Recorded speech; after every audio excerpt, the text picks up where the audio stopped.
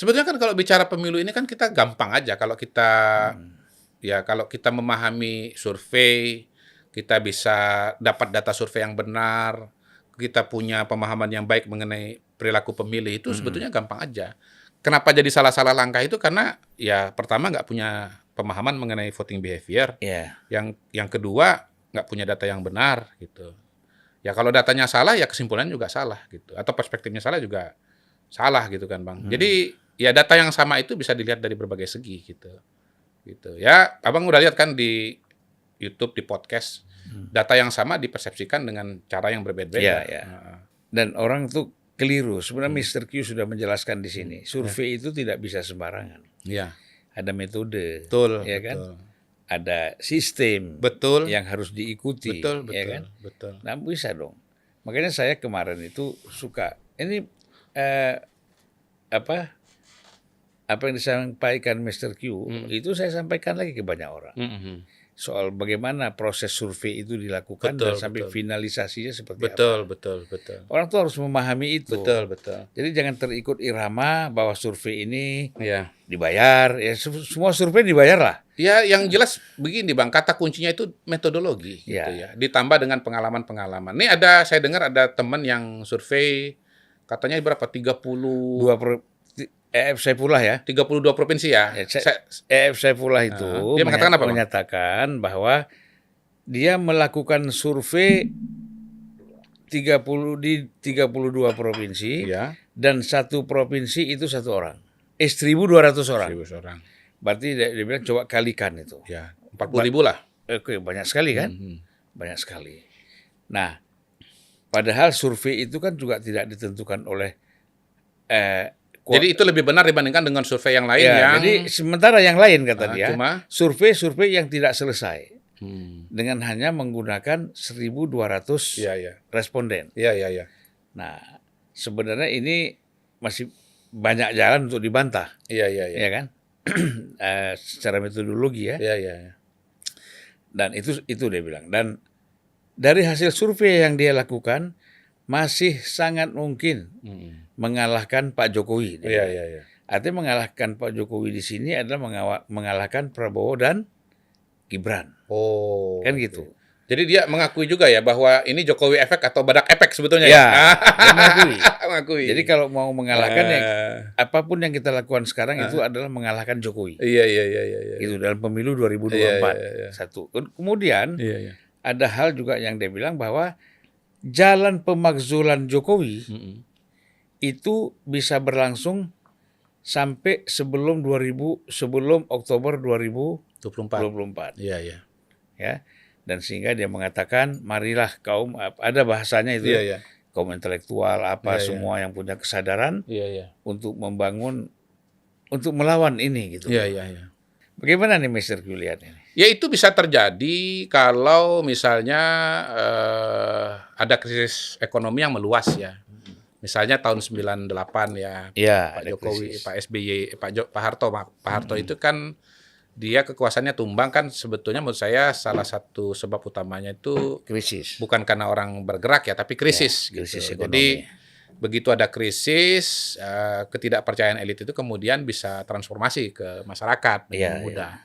Tapi ketika tidak ada krisis ekonomi seperti sekarang ini, pertumbuhan ekonomi tinggi, banyak pembangunan, banyak bantuan kepada masyarakat, kayaknya sih hal-hal itu nggak akan dibeli lah dalam tanda kutip oleh masyarakat. Gitu. Buktinya kan balik lagi nih, survei yang dipercaya Kompas. Itu kan tingkat kepuasan kepada Pak Jokowi masih angka 73%. Gitu. Kalau indikator poll tracking kalau nggak salah 76, kalau lembaga survei Indonesia seingat saya 77% gitu. Jadi masih jauh dari tingkat kepuasan 20%, 30%. Krisis itu baru terjadi, Bang, kalau kepuasan kepada Pak Jokowi 20%.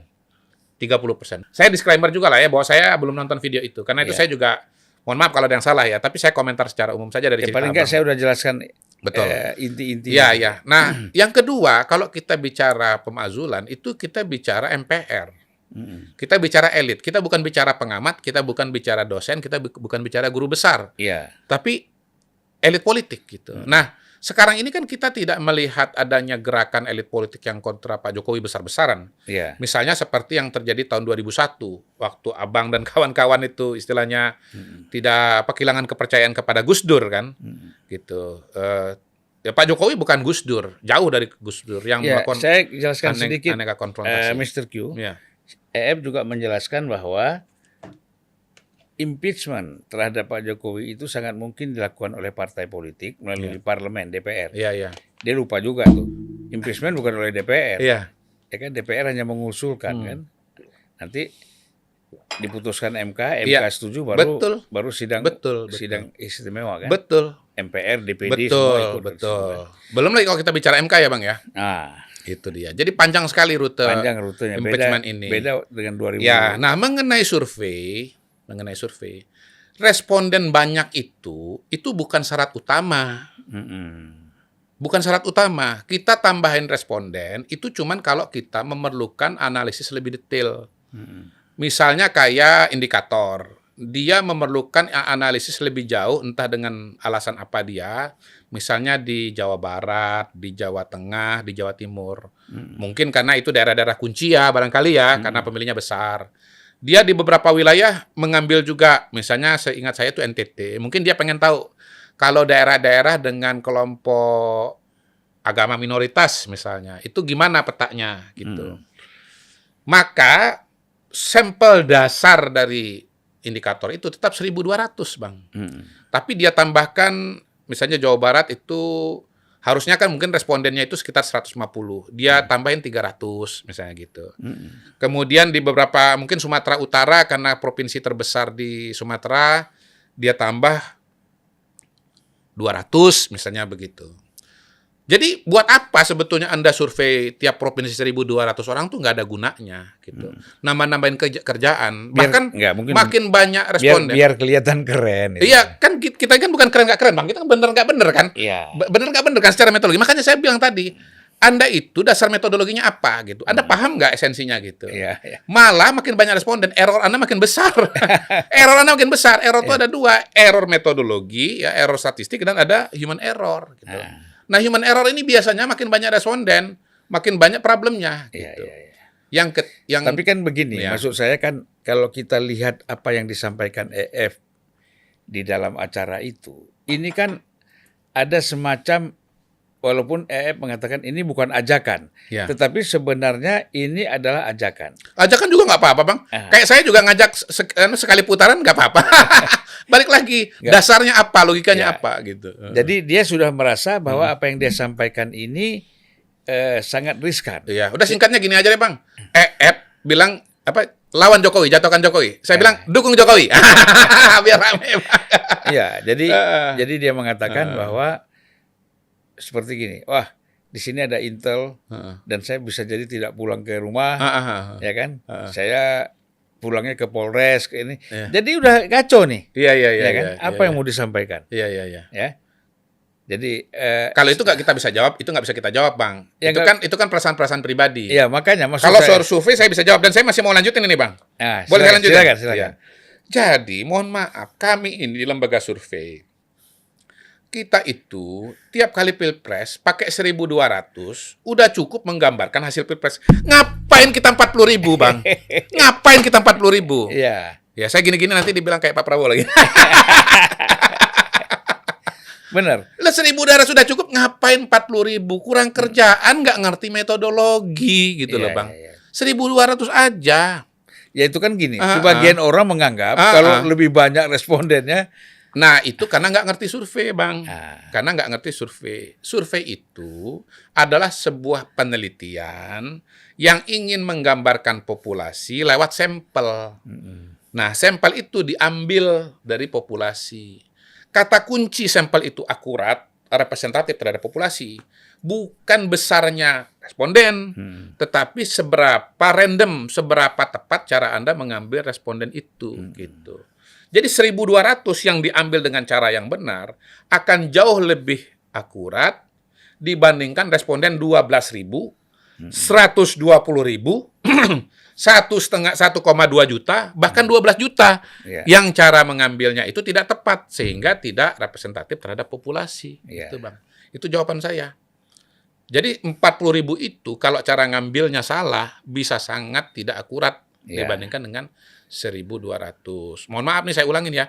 Kalau ada yang mengatakan responden lebih besar, ya lebih bagus, lebih akurat, Anda nggak ngerti survei. Pagi ini saya dapat tuh ada polling salah satu televisi gitu kan yang unggul kandidat, saya nggak usah sebut nama ya, 01, nggak nyebut nama kan gitu. Respondennya 450.000. Ya, kalau cara datangnya sampel 450.000 itu tidak dengan metode apa yang representatif, metode random sampling, ya, atau kemudian respondennya kan kalau yang polling kayak begitu tuh respondennya aktif kan, dia rawan mobilisasi gitu Bang. Dan itu biasanya saya heran, ya hampir setiap polling lewat media itu televisi, YouTube selalu 01 yang unggul. Ya karena memang secara militansi pendukung 01 ini memang kuat. Ya. Atau memang ada pengorganisasian juga barangkali ya. Iya bagian ada pengorganisasian tapi jadi nggak apa-apa ada juga militansi. Kalah di lapangan di darat tapi menang di udara. Kan ketua tim pemenangannya kan angkatan udara. Nah, saya pernah punya pengalaman tahun 2004. Ini saya sebut ikonik saya. Waktu itu ada polling semacam ini. Dulu masih pakai SMS, Bang. Tahun 2004 itu. Pilihlah partai pilihan Anda. Yang menang waktu itu partai, saya nggak usah sebut nama, inisial aja, PKS, Bang. Nah, itu. Menang, Bang. Berapa waktu itu? Survei yang pakai kirim SMS 40% gitu. Tapi begitu coblosan, 2004 nih, Bang. Partai itu kan cuma dapat 7% apa atau berapa? Intinya nggak lolos PT pada waktu itu. Jadi itu adalah salah satu contoh paling nyata bagaimana polling yang respondennya aktif semacam ini itu tidak representatif terhadap populasi. Bikin sure. Iya. Kita sure itu. Sure. Iya. Tapi kan Anda istilahnya membohongi diri sendiri. Iya dong. Sebenarnya kalau kita di podcast itu kan hanya sekedar untuk mengetahui aja, bukan itu menjadi satu acuan, standarisasi acuan bahwa ini pasti benar sesuai dengan kan nggak mungkin. Karena dia kan perlu kalau mau acuan yang benar ya di lembaga-lembaga yang memang selama ini sudah bergerak di bidang ini dengan orang-orang yang selama ini sudah bergerak di bidang ini dan memang hasilnya seperti itu gitu ya. Terutama kalau kita bicara Pilpres, jangan kemudian temanya Pilpres Anda ambil contoh apa pilkada gitu. Mayoritas pilkada juga sebetulnya hasil survei itu ya sesuai dengan kenyataan, tapi karena pilkada itu lebih kecil ya, kemudian dinamika politiknya lebih tinggi ya, peluang perubahannya tentu lebih besar dibandingkan dengan nasional. Nasional ini penduduknya pemilihnya 205 juta, wilayahnya begitu luas, terbentang se Indonesia. Perubahan itu tidak terlalu mudah sebetulnya.